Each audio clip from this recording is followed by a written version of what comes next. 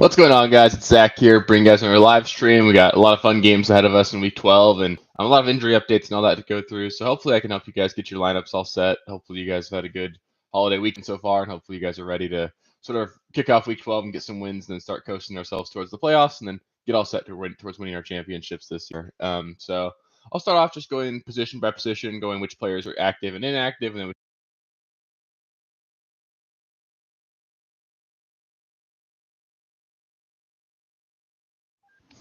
my bad there. Yeah, so I'll start off going position by position, just going over which players are going to be in and out this week. So starting us off with the quarterback position, no real news. The only major update that I'd have is that Derek Carr is going to suit up in this one. Bit of a downgrade for guys like Chris Olave and Rashid Shaheed. Bit of an upgrade for guys like Taysom Hill and Alvin Kamara. So I think obviously you're starting all of those guys, Shaheed being like a flex caliber guy, and all those other guys being effectively must starts. But it's the only real update there for the Saints. For the running back position, both Dameon Pierce and Rachaad White are going to be active today. With Dameon Pierce being active, it makes me really hesitant to be starting a guy like Travis Etienne this week.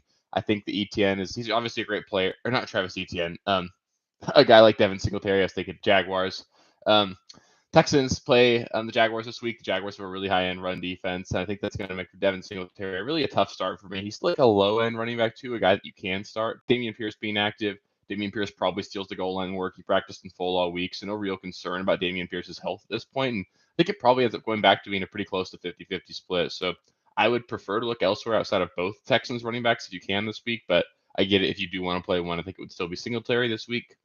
With Rachaad White, he is active. He popped up on the injury report with a bit of a knee injury on Friday. They've said there's no structural damage or anything, and it was just more of a precautionary thing. They actually added him to the injury report. Sounds like he should be fully good to go. I'm not really concerned about it at all. Guys like Chase Edmonds and maybe Keyshawn Vaughn would be in line to get a little bit more work this week, but I'm not considering any of them. It's going to be Rachaad White, and I'm still starting him for sure in a really good matchup against the Colts. Jerick McKinnon and Kendre Miller are both going to be out this week. Jerick McKinnon being out, it makes you a little bit more confident in Isaiah Pacheco, obviously. You're not going to look at CEH or anything, but I think Pacheco's in line for a pretty good game this week. I'd be starting Pacheco for sure. And then Kendre Miller being inactive doesn't mean a whole lot. It means Jamal Williams and Alvin Kamara are the only two running backs in New Orleans. You're not even going to look at Jamal Williams, but just makes things a little bit more confident in terms of starting Kamara, but no real news there. And then D'Onta Foreman, he's going to be inactive. He's currently listed as doubtful, but they play tomorrow. He's probably not going to play. It doesn't make me super excited about either running back this week in Chicago still with either Roschon or Khalil Herbert, but I think that in general, I would prefer to play Khalil Herbert in this one, but I don't really want to play either one of them. Probably just going to bench every single Bears running back this week. Joel, would I start Sutton or Deontay this week? That's a really tough one. I think I would actually go with Sutton. He's got obviously a much higher shot of scoring. Denzel Ward for the Cleveland Browns is not going to suit up. There are a couple of injuries across the board for the Cleveland Browns defense. I think Denver should have a little bit more success. Ward would have been matched up against Sutton, and we all know that Sutton's the guy they're looking for in the red zone. So obviously you need a touchdown for Sutton to pay off, but I do think he's got a good shot to do it. He's done it every week but two so far this season. So I think I'd go Sutton, but I think they're both really similar, like low-end wide receiver 3 plays. In PPR, it's a little bit closer, but I do still think I would lean Sutton. At the wide receiver position, we got Zay Jones. He's going to be active today. Doesn't mean a whole lot for me. I'm not starting him. I still think I'm starting Calvin Ridley and Christian Kirk, but it'll be another just sort of data point for us to look at with Calvin Ridley in terms of his splits on and off with Zay Jones playing or not playing. Obviously, Calvin Ridley's been a lot better this season so far if Zay Jones has been active. So I just keep an eye on that. I don't think it means a whole lot. I'm not starting Zay Jones. You're still going to start the regulars for the Jaguars. Darius Slayton, it sounds like he's actually going to suit up this week, despite being listed as doubtful at some point during the week. Doesn't mean a whole lot for me. There's no way I'm starting Slayton this week. The Patriots defense isn't great, but I'm not going to trust any sort of rookie quarterback against the Patriots defense ever. And obviously Slayton's not going to be fantastic or anything. So I'm not going to trust that. You're still playing Saquon Barkley and no one else for the Giants. T. Higgins, he's going to be out this week.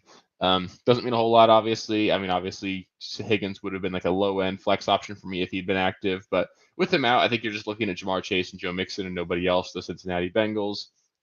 Devontae Parker, he's actually going to suit up this week, so one more weapon's going to be back for the New England Patriots. No way I'm considering actually playing a guy like Devontae Parker this week, but it does make me a little bit less excited about a guy like Demario Douglas. He'd obviously been a focal point of the offense because of all the injuries to the wide receiver position. Just knocks Demario Douglas down a little bit, makes that floor a little bit scarier. So you can still play Douglas, but obviously the floor is a little bit scarier. Nate, should I start Sutton against the Browns or Josh Downs in PPR? I think I'd go Josh Downs there. It sounds like he's going to be fine, good to go this week. The Buccaneers' pass defense is really brutal, and they actually have a really good run defense, obviously. So the Colts are going to have to throw the ball quite a bit. Josh Downs should see a lot of targets close to the line of scrimmage. I think he's a really safe play in PPR. And obviously, he's got that ceiling as well because we've seen him connect on a couple deep shots. So Sutton, to me, his ceiling is basically like 5 for 60 and a touchdown. I think Josh Downs has like an outside shot at like a 100-yard game, and on top of that, he just seems like a safer floor kind of guy as well. So I'd go Josh Downs, but neither one of them is a bad option. They're both like wide receiver 3s for me this week. Noah Brown, he's going to be inactive this week. Doesn't mean a whole lot for me, to be honest. Noah Brown obviously being inactive, we were never really going to be looking to start him this week, but it does mean that we can look at a guy like Nico Collins and Tank Dell. Both those guys are in line for really big games again. You're obviously starting those guys. And then Dalton Schultz, I guess we're a little bit more excited about him as well. So Dalton Schultz is going to be in your lineups for sure. Treylon Burks, he's going to be inactive this week.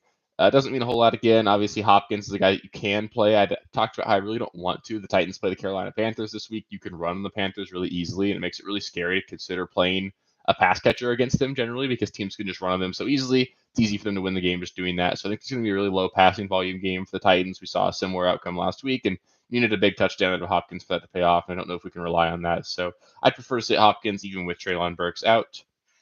Michael Wilson, he's going to be out for the Arizona Cardinals. Could be we get another week of a guy like Greg Dortch. I'm not considering playing Greg Dortch or anything in any sort of redraft situation, but if you want to get cute with a DFS start throw there, I think Greg Dortch could come through with like another 6 for 70 game, kind of like he did last week, but I'm not going to consider playing him in any sort of redraft situation. Kadarius Toney, he's going to be out this week, and Mecole Hardman was placed on IR, so the Kansas City Chiefs are down a couple of pass catchers. Justin Watson obviously led the team with 11 targets last week. Didn't look great doing it, but he does seem like he has the trust of Mahomes. If I had to play a Kansas City Chief wide receiver, I think it would be him, but it could be Rashee Rice. I think I'd just prefer to be benching every single Chiefs wide receiver outside of obviously Travis Kelce. So doesn't mean a whole lot for me, just something to keep in mind. Marquise Brown, he's expected to play this week. He's obviously been questionable all week. I still think you can play him. I know it's been really rough for the first 2 weeks without or with Kyler Murray back, but he has just been very close to connecting on a couple deep shots. I think you can play Marquise Brown this week, but again, you're going to need that big play to connect, so it's obviously a little bit scary. Mark, you need to start 2 between Kamala, Bijan, and Rachaad White.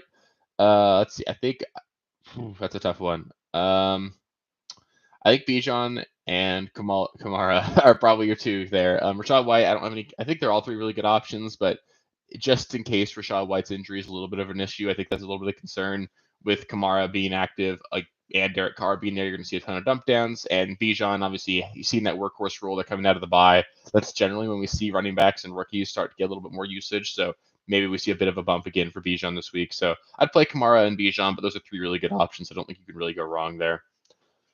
Tonight we've got Odell and Zay Flowers, both questionable to play. I think they're both going to suit up in this one. Obviously, the pass catchers in general are just super banged up for the Baltimore Ravens. Obviously, they put Mark Andrews on IR this week. We've got Zay Flowers and OBJ banged up. Rashad Bateman's been banged up all year. It's going to be really tough for this team to move the ball. I think that makes me a little bit more confident in playing a guy like Isaiah Likely. Should see more usage this week. Obviously, not something that's super exciting because it's obviously a really low floor play there, but I think out of Baltimore, the pass catchers I'd look at are going to be Likely, and then Zay Flowers. I do still think you can play. You should see a lot of targets close to the line of scrimmage. Mark, you need 2 wide receivers in full PPR: Keenan Allen, Devonta Smith, Olave, Ridley, and Hopkins. Wow, that's a lot of options. There's no way I'd bench Keenan Allen. He seems like a must start there. And then I think I would go Olave over Devonta Smith. Sounds like there could be a little bit of rain in that Eagles-Bills game, so I'd be worried that we see a little bit of a similar situation to what we saw last week against the Chiefs. That game ends up just being a little bit lower scoring. The Eagles should be able to run the ball pretty effectively against the Bills as well. And on top of that, we saw A.J. Brown really not be all that involved last week. I bet that sort of ends up being a squeaky wheel situation. So a little bit down on Devonta Smith this week compared to normal. So I think I would go with Keenan Allen and Chris Olave. But between all those options, I think outside of Hopkins, 4 of those are really great choices. So can't really go wrong, but I think that it'd be Keenan Allen and Olave for me. But if you want to play Devonta Smith, I think that's okay. Also tonight, we've got Jalen Guyton. He's listed as questionable for the Los Angeles Chargers. Doesn't mean a whole lot again. I think it just means that in general, especially against a really tough Ravens defense, it's going to be Justin Herbert, Keenan Allen, and Austin Eckler, and then I'm checking out. Not excited about any of the other ancillary pieces there. So not excited about most of the pass catchers for Los Angeles outside of Keenan Allen and Eckler. And then Justin Jefferson, he's listed as questionable for tomorrow's game.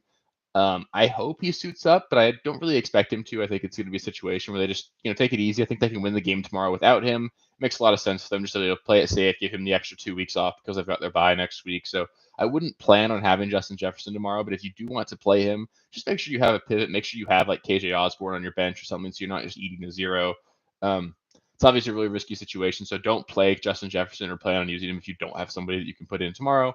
But if you do, then I think you could wait out and see if you can get lucky there. And then getting into the tight ends here, Dallas Goedert and Hayden Hurst are both going to be inactive. Hayden Hurst being inactive doesn't mean a whole lot. Obviously, you were never going to play him. Maybe you see a bit of a bump in targets to the guys like Jonathan Mingo and stuff on the roster, but I'm not going to play Mingo. It's obviously a good matchup against the Tennessee Titans. They do give it up through the air pretty easily, but I'm not going to trust a guy like Mingo here. It's just going to be Adam Thielen and then nobody else for the Panthers. Dallas Goedert being out, we sort of expected that. Should be back as soon as next week, potentially. So that's exciting. But just not going to play him this week, or not going to have him this week. It does mean we'll see extra targets for guys like A.J. Brown, Devonta Smith. And they did also activate Quez Watkins off IR. So we could see a couple of deep shots to Quez Watkins this week. So that's a little bit exciting. Mark Andrews was placed on IR. That's obviously something we were expecting. He's going to be done for the year. Maybe he comes back in the playoffs, but for fantasy purposes, you can drop him if you need to. And then Gerald Everett, he'll be questionable tomorrow. There's no way, or tonight. There's no way I'm considering playing him, but not going to look at a guy like Parham either. It's too tough of a matchup. And then one more question from Mark: Njoku or Ingram in half PPR? I really think I'd go Njoku here. I'm super excited about Njoku this week. The Broncos are the best matchup for tight ends in fantasy so far this season. And on top of that, David Njoku saw 15 targets last week. I think he's just a really great option. You're going to see a ton of volume in general, I think, with DTR at the helm. And obviously, touchdown upside is not really there for him. So I think if I had to bet on one of them to score a touchdown, it would be Ingram, even though he hasn't scored one yet this season. But Njoku's going to see way more volume. He just seems like a safer play for me. And obviously, any tight end can score touchdowns. So it'd be Njoku for me. But if one scores a touchdown, I would bet it ends up being Ingram. Yeah, so I think that's about it. No other real updates. Let's see. I guess Chase Brown was activated off the IR for the Cincinnati Bengals. Doesn't mean a whole lot. You're never going to consider playing him. I don't think it really impacts Joe Mixon at all. Matt Collins is out for the Atlanta Falcons. Should see a bump for a guy like Kadero Hodge if you're in like a super deep league, but no way I'm considering him in any sort of normal league. Marquise Goodwin not going to play this week for the Cleveland Browns. If you want to look at a guy like Elijah Moore in a really deep league, he could see some more targets close to the line of scrimmage. I wouldn't consider doing it, but I suppose you can if you need to. Kyren Williams activated off the IR. That's a big one. I can't believe I missed that. Obviously, we expected this all week, but Williams is going to play. It's sort of come out. They expect like a 2-to-1 ratio in terms of touches for him and Royce Freeman. They want to be smart. He's not going to get that full 99% of the workload that he was getting earlier on in the season. But I still think you're playing Kyren Williams. The Cardinals are a really bad run defense. I can't imagine benching Kyren this week. And I think that's about it. So really appreciate you guys taking the time to stop by. Hopefully I helped you out as much as I could. And if you guys have any additional questions, I'll sit around for, another 30 seconds or so, see if you guys want to get one more question in. And then otherwise, I'll let you guys go and hopefully get you guys kicked off and get you guys some wins. Okay, here we go. I feel like I've got to start Tank over Nico in my flex spot.